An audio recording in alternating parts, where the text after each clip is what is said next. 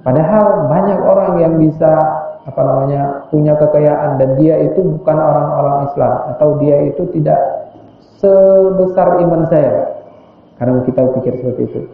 Padahal kita nggak tahu bahwasannya kita sehat aja sebuah kenikmatan. Nah, Allah tidak memberikan kenikmatan yang lainnya itu mungkin Allah Subhanahu wa taala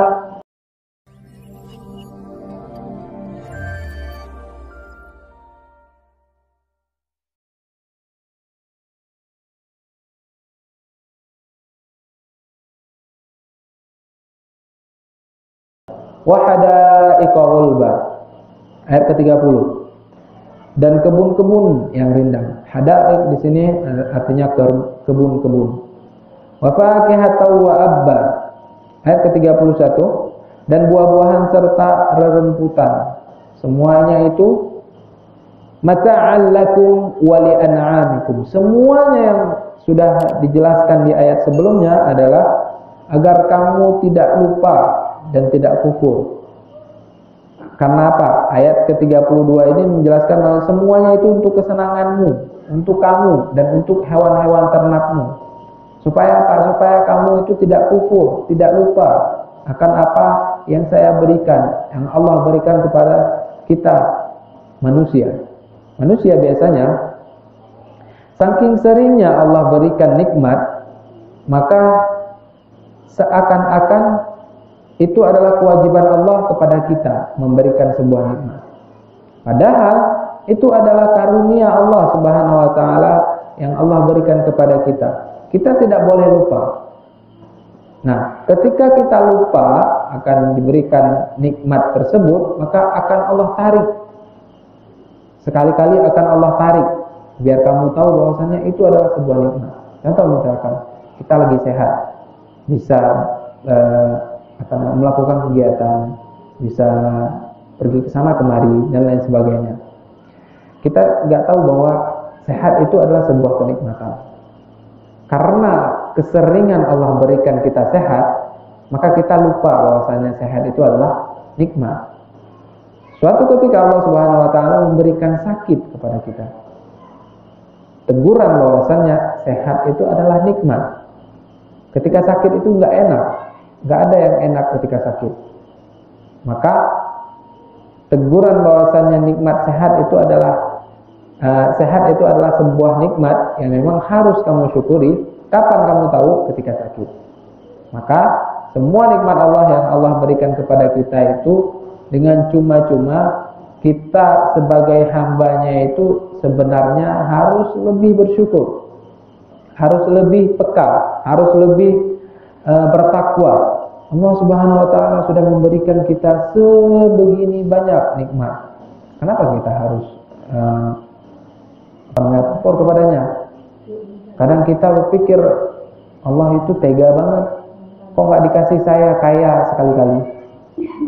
Kok nggak dikasih saya itu ada mobil, ada motor besar, ada tanah banyak? Kenapa Allah nggak kasih? Kenapa saya harus bersusah payah untuk mencari uang itu? Padahal banyak orang yang bisa punya kekayaan dan dia itu bukan orang-orang Islam atau dia itu tidak sebesar iman saya. Karena kita pikir seperti itu. Padahal kita nggak tahu bahwasannya kita sehat aja sebuah kenikmatan. Nah, Allah tidak memberikan kenikmatan yang lainnya itu mungkin Allah Subhanahu wa taala takut kalau seandainya kita itu diberikan nikmat itu kita nggak sanggup, maka Allah Subhanahu wa taala tidak memberikan. Contoh misalkan kalau seandainya kita diberikan nikmat kekayaan yang berlimpah, bisa jadi kita nggak seperti halnya sekarang, nggak mau pergi ke pengajian, nggak mau bersedekah, nggak mau kita dekat-dekat sama orang-orang yang memang satu circle, satu kumpulan yang baik, nggak mau. Kita itu maunya jauh-jauhan. Kalau seandainya diberikan nikmat kekayaan, makanya Allah Subhanahu wa taala tidak memberikan itu.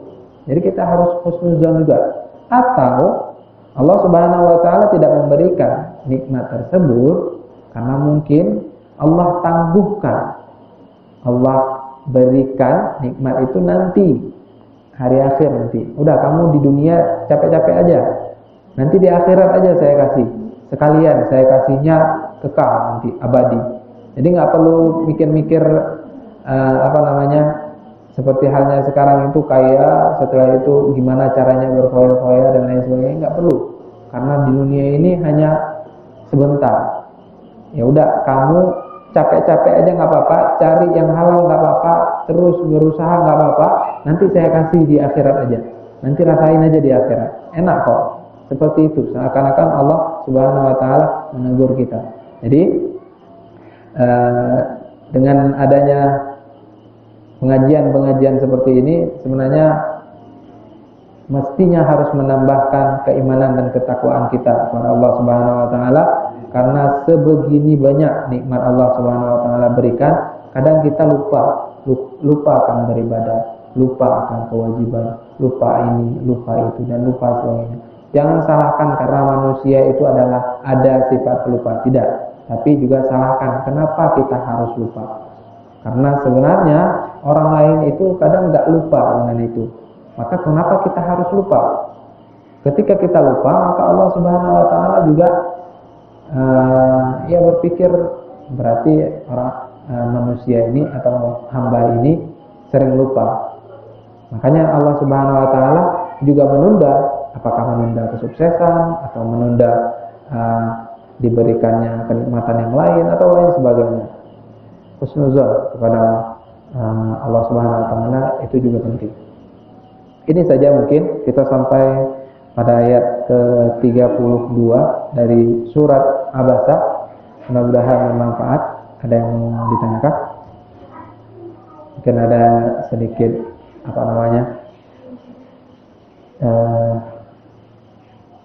yang terbesit mungkin belum kesampaian, atau memang mungkin ada pertanyaan. Ya, silakan. Kembangnya tidur mimpi saya ketemu sama yang orang-orang sudah tidak ada di dunia, sudah meninggal gitu. Mimpi. Dia mimpi gitu. Takwil mimpi. Iya, mimpi. Mimpi itu gimana ya? Kalau istilah dulu itu bunga-bunga mimpi itu punya terkadang dia punya arti, terkadang dia juga tidak punya arti. Karena sebenarnya kita di dalam alam bawah sadar,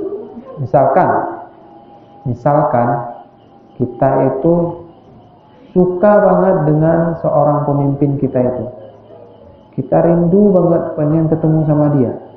Tiap hari ke bawah, ya Allah, kalau seandainya saya ketemu sama dia, saya cium tangannya, saya peluk dia.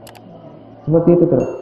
Tidak sadar, alam bawah sadar kita itu merekam sehingga ketika kita tidur keluar itu rekaman. Seperti itu. Ada yang seperti itu. Ada juga yang memang mimpi itu ada takwilnya, ada artinya. Dan itu juga mungkin hanya sedikit orang-orang yang bisa mentakwilkan mimpinya itu bukan orang-orang yang biasa, orang luar biasa. Bahkan ketika Nabi Yusuf mentakwilkan mimpi seorang raja itu, dicari seluruh Mesir, tidak ada yang bisa menakwilkan mimpi raja. Padahal ada seorang yang bisa memberikan arti daripada mimpi raja itu. Orangnya itu berada di dalam sel tahanan raja tersebut, Nabi Yusuf. Maka kalau masalah takwil mimpi itu saya juga belum bisa banyak berbicara, karena memang mungkin ya seperti saya katakan tadi, mungkin karena keseringan terbawa pikiran dan perasaan kita kepada yang itu, maka dia akan datang dalam mimpi kita. Artinya akan keluar rekamannya itu dalam mimpi kita. Atau ada hal yang lain, kita juga tidak tahu.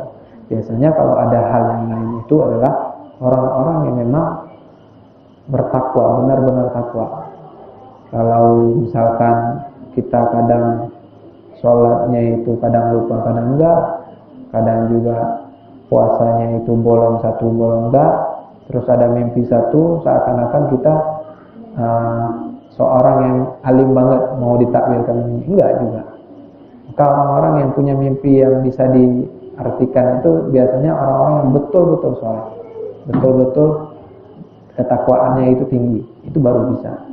Nah kalau kayak kita ini kadang pusing sedikit udah nggak pergi ke masjid, atau memang ada sedikit hal udah kita tinggalkan kewajiban, itu bisa jadi mimpinya itu hanya bunga-bunga gitu, kembang tidur. Itu saja mungkin. Ada lagi? Ya silakan. Orang hamil, Ya. melahirkan, meninggal, punya boleh hadis. Ya. Kalau yang orang yang sholat Orang yang nggak sholat, sebenarnya gini, istilah ya yang melahirkan kan. Mungkin itu ininya apa namanya? Bukan terhapus. Kita nggak tahu dosa dan apa namanya amalan dia. Tapi dengan cara dia mati itu saja kita tahu bahwasannya dia husnul khotimah atau su'ul khotimah. Jadi kalau seandainya husnul khotimah berarti dia mati dengan cara yang baik atau meninggal dengan cara yang baik, yang mati. Meninggal dengan cara yang baik. Contoh misalkan kita lagi sholat, setelah itu ketika sujud nggak bangun-bangun lagi, meninggal. Itu walaupun terkadang dalam waktu 20 tahun kita berbuat maksiat, kita minum alkohol, kita berjudi dan lain sebagainya, tapi ketika kita sholat, meninggal di sholat, udah ada tanda-tanda bahwasanya itu ada husnul khotimah. Sama seperti orang yang meninggal ketika melahirkan. Mungkin ketika itu kita nggak tahu apakah amalnya itu diterima atau tidak, atau dosanya itu sepenuhnya dosa atau enggak, kita nggak tahu, hanya Allah yang tahu. Kita lihat dari akhir daripada hidupnya dia, husnul khotimah atau su'ul khotimah. Kalau husnul khotimah kita kembalikan, mudah-mudahan dia ahli surga. Tapi kalau su'ul khotimah kita doakan semoga dia juga menjadi orang-orang yang selamat di hari akhir. Seperti itu. Kita tidak tahu nasib pada seorang itu. Memang ada tanda-tandanya bahwa orang ini syahid, orang ini enggak. Tapi ada sahabat juga yang meninggal di medan pertempuran. Tapi dikatakan bahwasannya dia itu mati konyol. Karena memang ketika itu dia sudah ditebas, sudah ditombak dengan seluruh pedang atau seluruh tembakan, dan dia tidak sanggup merasakan sakitnya luka-luka yang ada pada tubuhnya, sehingga ada sebuah pisau yang mana pisau itu tertancap dan dia tancapkan diri dia ke dalam pisau itu dan meninggal. Maka Nabi mengatakan bahwasanya orang ini bukan mati syahid, walaupun dia dalam pertempuran untuk melawan antara musyrikin dan muslimin, tapi dia tetap mati konyol walaupun dia dalam pertempuran sekaligus. Nah, seperti itu juga halnya orang mati ketika melahirkan. Semuanya kita kembalikan kepada Allah Subhanahu wa taala. Ini saja mungkin. Ada lagi? Ada? Silakan. Wah, datang untuk bertanya. Itu orang yang dilempar ke neraka. Ya. Itu orang sedang dilempar ke dalam neraka. Dia sebut dengan la ilaha illallah. Itu tidak jadi apa betul sama itu? Maksudnya enggak? Menyebutkan mau dilempar ke neraka. ya. Dia menyebut nama Allah. Oh, la ilaha illallah. Apa betul kalau itu? 3 jari maksudnya? Gini. Oh, nggak jadi dilempar. Ya, cuma kita jadi. Oh. Soalnya saya nggak tahu yang kayak gitu. Karena saya tidak ada di situ. Kan lagi nyanyi ya. Ya, gini. Ketika matahari itu sudah terbit dari tempat yang berseberangan dia terbit, maka ketika itu sudah ditutup. Mau kamu sholat 1000 kali sholat, nggak diterima lagi. Sama juga ketika sudah sampai di pintu yang namanya neraka, udah mau kamu bilang la ilaha illallah Muhammadar Rasulullah 1 juta kali pun nggak ada lagi, sudah ditutup semuanya. Istilah namanya dia akan dibawa, itu tergantung amal dia. Mungkin ada amal yang lain, kita tidak tahu.